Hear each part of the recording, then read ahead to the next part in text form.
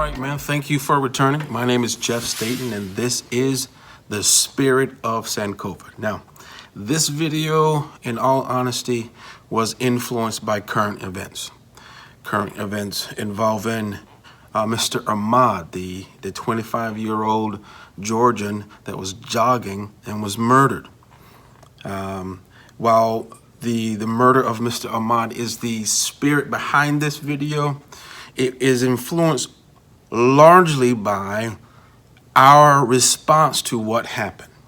Our being Americans, our being most especially African Americans. And what it taught me was that we really misunderstand.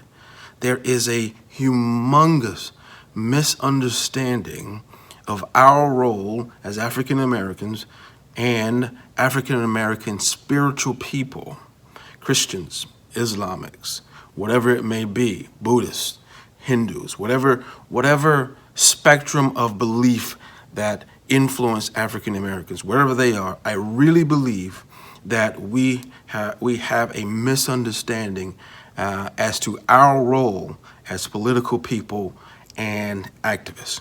And that's what this video is about. Let's go ahead and get into it. We're going to talk about your role as a spiritual person in politics and activism. One love. All right, man, what I want to do in this video is to change the mind of particular people. There is a sect of people that believe that they should not be involved in politics, that because they are spiritual people, that their spirituality exempts them from being directly involved in what could be considered politics, what could be considered activism. And I want to talk to those particular people, the preachers, the teachers, the prophets, the bishops, the imams, everyone that would believe that and everyone that would teach that. Because despite what you believe, despite what you've been taught, you are being political no matter what. And every action that you take in any given day is an action of activism. And it doesn't matter if you think so, it doesn't matter if you believe it. It is either way. Everything that you do is an action of politics, is an action of activism. Politics is the art of influencing the government and influencing those who govern us. And one mode of politics is activism, the actions that you take to influence the government, right?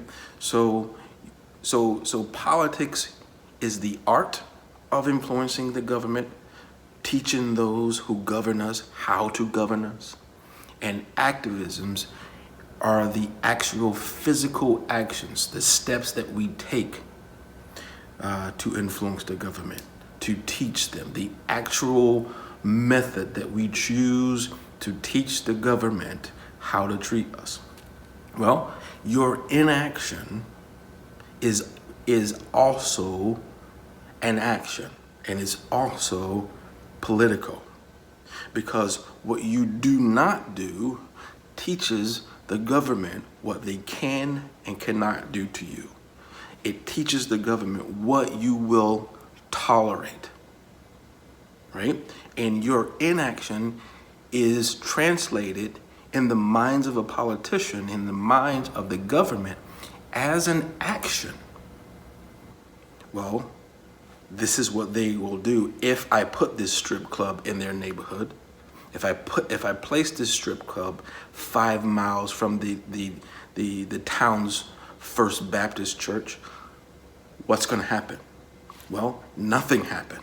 So they didn't have any problem putting a strip club 10 miles from your favorite church, because your actions and your inaction speaks to them as to what they should and should not do. Let's take, for instance, if someone tries to invade your home, the frequency in which someone will invade your home is predicated upon your response to the first home invader.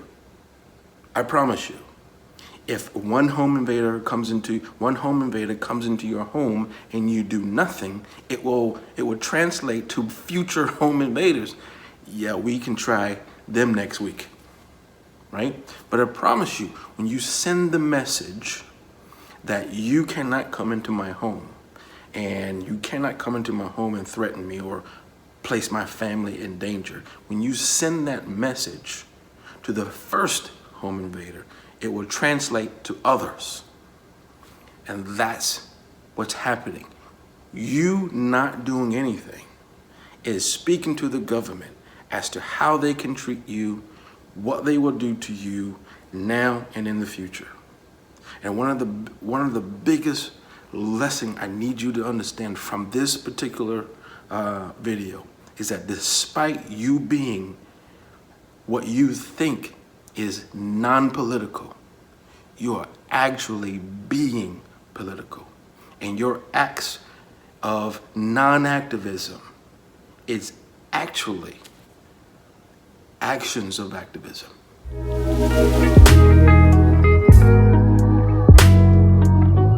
All right, so let's discard one of the biggest excuses concerning politics and activism, right? And that is the fact that the government doesn't listen to us, and that the process of democracy doesn't work for us. They don't listen to us. They don't care about us. Well, I gotta be honest with you.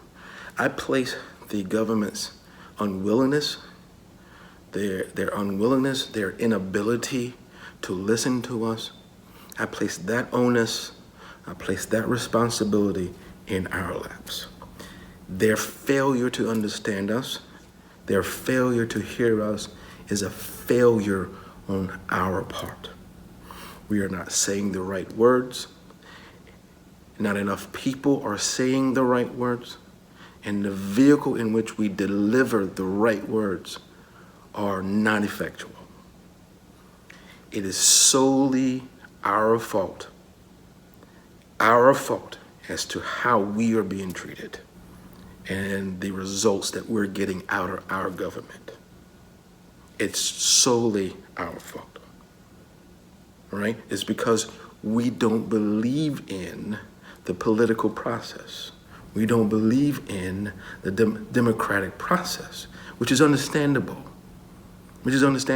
I'm not diminishing you because you believe that.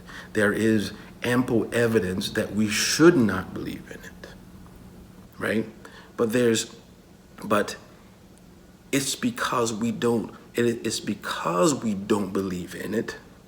It is our lack of faith in the political process, in the democratic process, is the reason why we've gotten the results that we have, right?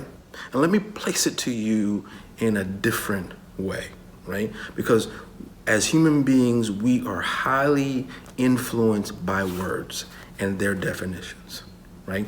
We have a negative connotations when it comes to the word politics and activism. So let's throw that away. Let's remove the word politics and activism, and let's use the words protector, right? Let's use the word protector. Protecting what, Jeff? Protecting that which is holy and precious to us. Right? We're not using politics anymore. We're not using activism anymore.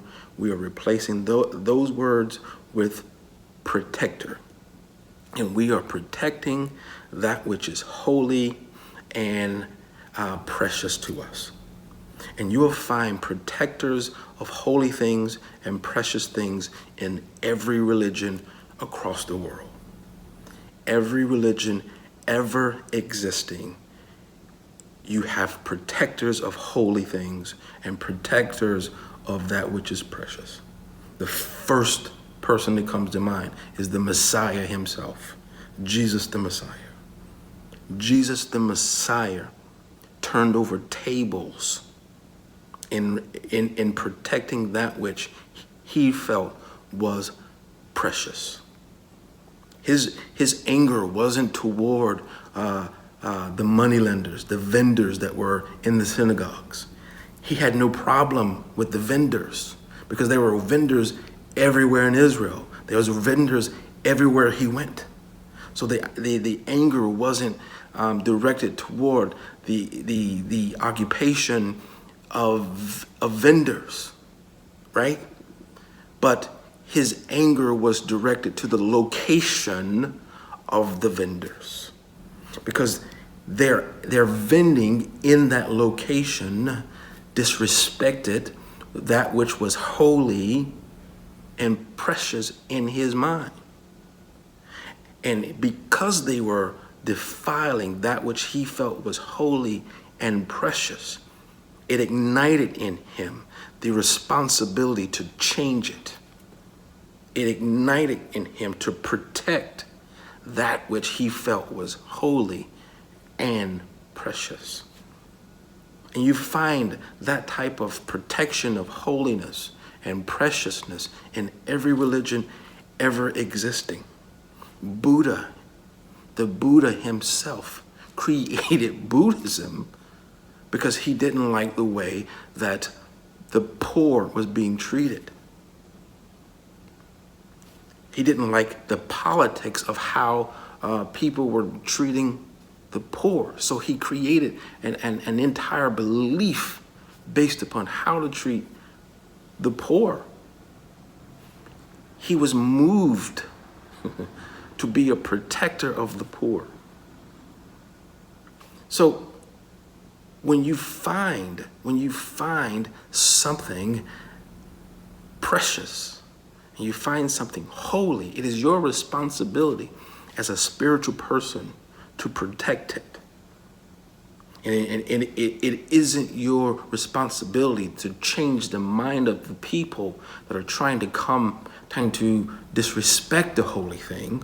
It is just your responsibility to protect it. The children of Israel walked in the desert with the Ark of the Covenant. And there were battles for the Ark of the Covenant because a lot of the tribes in the desert realized that the children of Israel gained their power from the Ark of the Covenant. So there were wars in attempts to steal the Ark of the Covenant. But because the Ark of the Covenant was precious and holy, the Israelites fought and gave their life for that which was holy and precious in their sight. The Israelites today, right now, are giving their lives to what they believe is holy and precious, and that's the land of Israel. They are protecting that which is holy and precious in their sight. Was Mr. Ahmad precious? Where is the Ark of the Covenant now? There's many a excavation.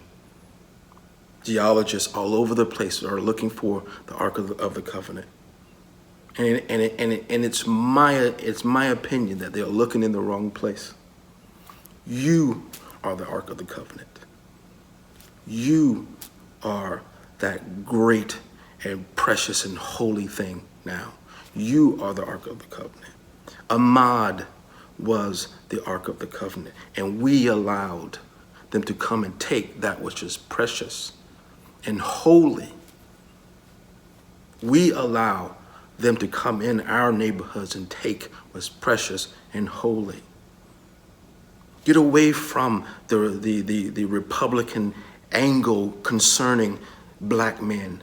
Get away from the Democratic angle concerning black people. And think about their holiness and their preciousness. And it's our responsibility as spiritual people to protect them. And when they come and defile that which is holy, it is our responsibility in activism to go in and turn over tables if we have to. It is our responsibility to step on the battlefield ready to fight for that which is holy and precious to us.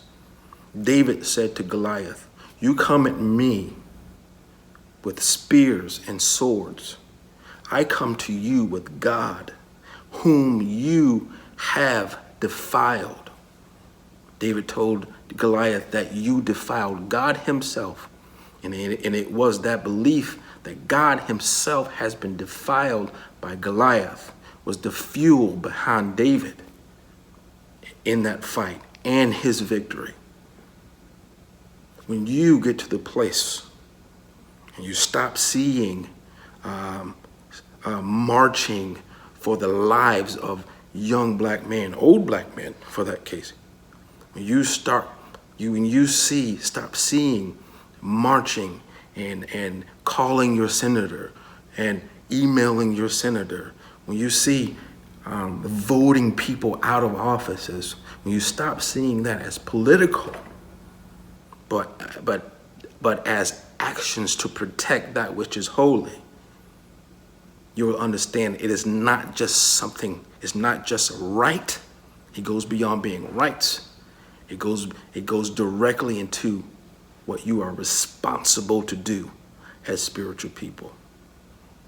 Protect that which is holy and precious. Every man on the face of this earth is holy and precious. Everyone jogging is holy and precious. Everyone standing on the corner selling drugs are holy and precious. Everyone standing on the corner selling single cigarettes. 12-year-olds, 16-year-olds walking to the store, they are precious. And we need to protect them. We need to protect them like the Israelites right now are protecting their lands. We need to protect them like the Israelite protected the Ark of the Covenant in the desert.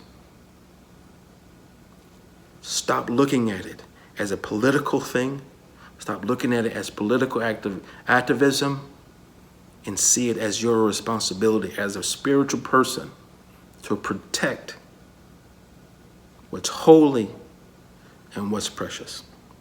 All right, man, I've talked more than I wanted to on this thing, but I really feel this one in my heart.